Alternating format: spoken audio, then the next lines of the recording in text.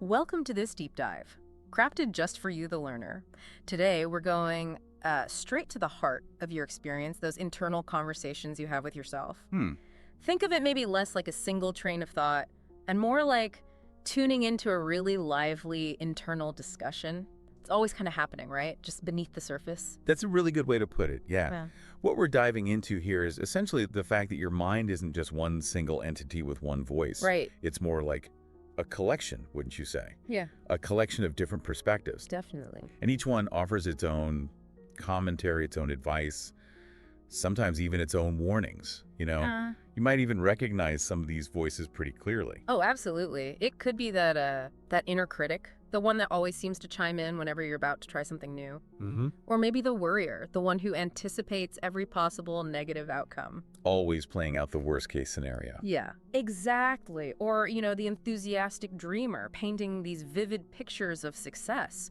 Or even that calm, rational part trying to weigh things logically. Right. All these different parts. And here's where it gets really interesting. This isn't just random mental noise, is it? No, not at all. Think about how your visual perception works for a second. Okay. Right now, as you look around, certain things stand out, don't they? They become a clear focus of your attention. That's the figure in your visual field. Yeah, like the microphone in front of me. Exactly. And everything else just sort of recedes into the background. That's the ground. Okay, I follow. Well, your inner world operates in a remarkably similar way. At any given moment, one of these internal voices tends to take center stage. It becomes the figure. Ah, I see. And that voice influences your thoughts, your feelings, and ultimately, the choices you make. So the other voices are still there, but they're in the background. Precisely. They're present, but they're not what you're consciously focused on. It's like one voice grabs the microphone, like you said, and starts broadcasting. While the others are just sort of whispering backstage. Exactly. And this has pretty significant implications for you, the learner. How so? Well, because the voice you happen to focus on, when you give your attention to, that can really shape your actions. Right. Can have a profound impact on your overall well-being, especially when you're grappling with a difficult decision. When those inner voices start to contradict each other. Oh, yeah. That internal conflict. Exactly. Think about someone like, let's call her Sarah, a young professional, maybe considering a career move. Okay. One inner voice might be really strongly advocating for security, Yes. Stick with what you know, it's safe. The cautious voice. Right. But then another voice, maybe just as persuasive, might be pushing her towards something riskier, but potentially more rewarding, saying, take the leap.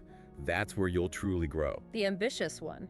And then perhaps there's a third, more hesitant voice whispering, are you sure you're ready?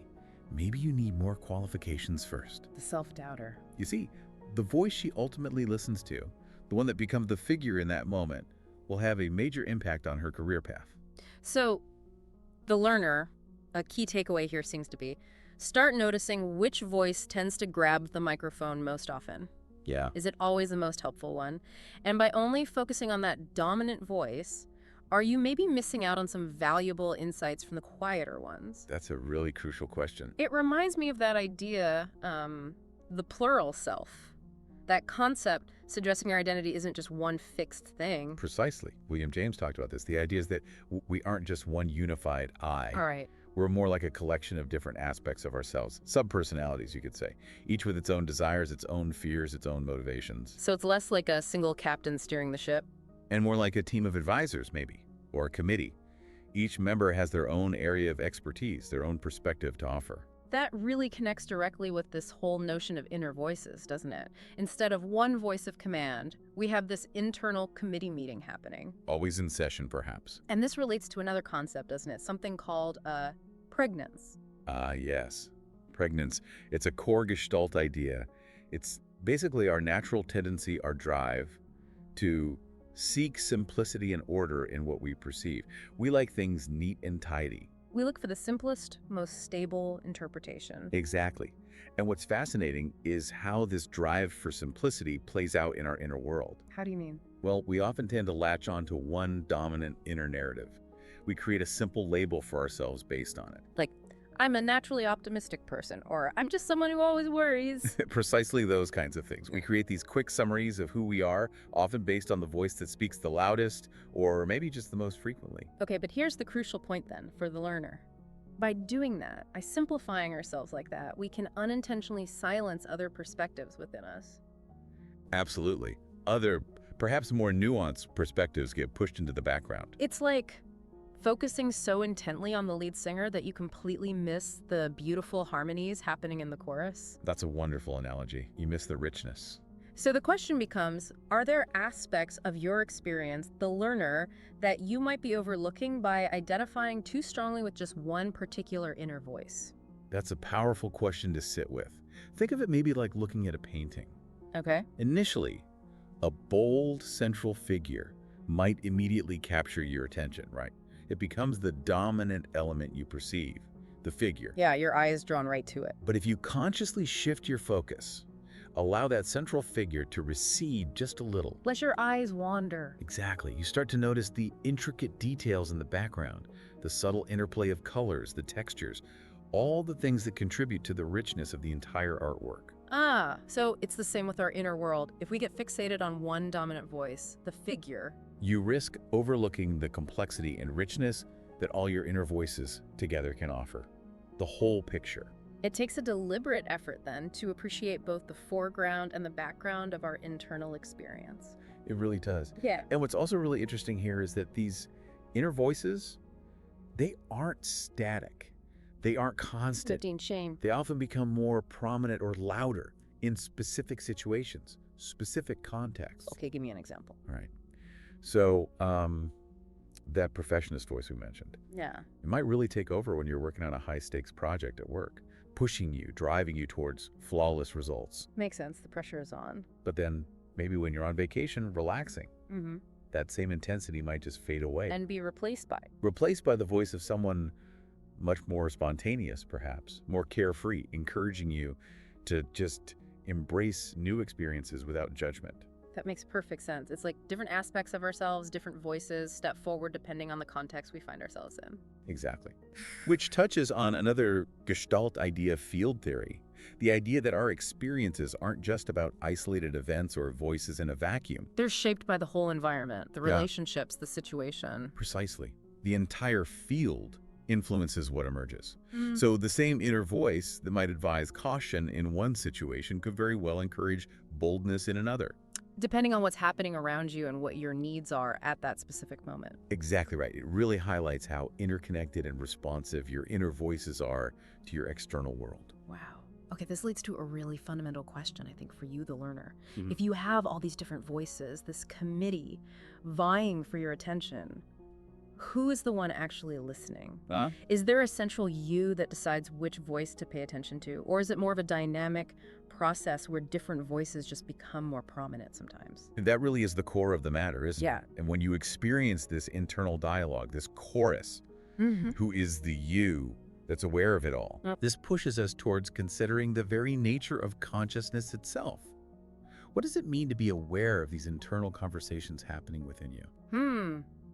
That's a deep one.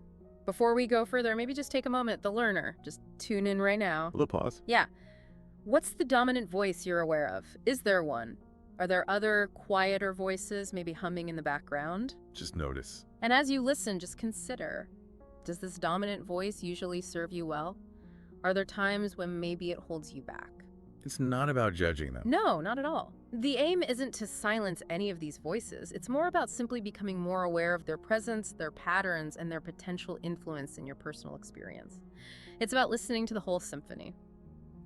So as we start to wrap up this deep dive into the fascinating world of your inner dialogue, let's just revisit some of the key insights we've uncovered. Good idea. We've explored how the way you focus your attention, much like in visual perception with figure and ground shapes, which of your inner voices you hear most clearly. Mm-hmm. And remembering that what stands out, the figure, isn't the only thing present. There's that whole ground of other perspectives within you. Right, the background matters too. And maybe consider those persistent inner narratives, those, nagging thoughts that keep coming back. The ones that seem stuck on repeat. Yeah. These can often be linked to unmet needs or maybe unresolved situations from the past, what Gestalt calls unfinished gestalts. unfinished business. Sort of. And giving these voices some attention, exploring the underlying need, Yeah. that could be a really powerful step towards greater inner harmony. So the learner, if a particular voice seems really loud or persistent, maybe ask, what might it be trying to tell me? What need is driving it? That's a great question to ask. It's also worth noting again how your internal landscape often mirrors your external experiences. That idea of isomorphism. Right, the connection between inside and outside. Certain environments or situations can definitely trigger specific inner voices, often based on past experiences and expectations. Recognizing those patterns can give you more insight into why certain voices get louder at particular times, can't it? Absolutely. And think about the interaction between your different inner voices. The contact, as it's called. The internal communication. Exactly. Healthy internal dialogue, healthy contact, allows for different perspectives to be heard and considered. That usually leads to more balanced decisions. Whereas breakdowns in that communication. That can lead to inner conflict, feeling stuck, maybe internal polarization. Practices that cultivate self-awareness, like mindfulness, can really help improve this internal communication, this contact. So ultimately, the goal isn't really to silence any of your inner voices, is it? No, definitely not. It's more about developing a greater awareness of them and understanding the roles they play in your life. And those moments of insight. Ah, yes. Those moments of clarity where you suddenly see the connections between these different internal narratives. That allows for a much more complete, more flexible, more nuanced understanding of yourself and your motivations. Seeing the bigger picture. It's also important to remember that these inner voices, even when they seem to be fighting each other, they might actually, paradoxically, be working together. How so? Towards a shared goal, perhaps. Maintaining your overall well-being, your sense of wholeness, your balance. So inner tension isn't always bad. Not necessarily. Okay. It can be seen as a form of creative tension, a catalyst for growth, maybe, a pathway to more thoughtful, integrated choices. And what's truly insightful, I think, is the idea that by simply observing these inner voices, Without judgment. right, without immediately identifying with any single one, Yeah. you can start to foster a stronger sense of inner unity. You begin to see them as different facets of your experience, maybe expressions of patterns shaped by your life, rather than definitive statements about who you fundamentally are. That creates a bit of space, doesn't it? It does. And in that space, well, don't underestimate the power of silence. The gaps between the thoughts. Exactly. Those moments between your thoughts and voices. That inner quiet isn't just emptiness. It can actually be a space where new insights emerge, where you can gain a fresh perspective on your whole internal world. A source of wisdom, almost. Perhaps. A canvas for new understanding. And finally, it's crucial to remember that your inner voices aren't totally isolated, are they?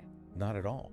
They are constantly influenced by your experiences, your relationships, the culture you live in, the whole external world. It really blurs the lines between our internal and external realities. It does indeed. They're deeply interconnected. So as you navigate your day, the learner, maybe just try to pay a little more attention to this ebb and flow of your inner dialogue. Notice the voices that rise up, the ones that recede. And notice those moments of stillness in between. What new understandings, what new insights might emerge as you become a more conscious listener to the symphony within. This exploration is definitely an ongoing one. Absolutely. And the most profound discoveries often lie just beneath the surface of our everyday awareness. Keep listening.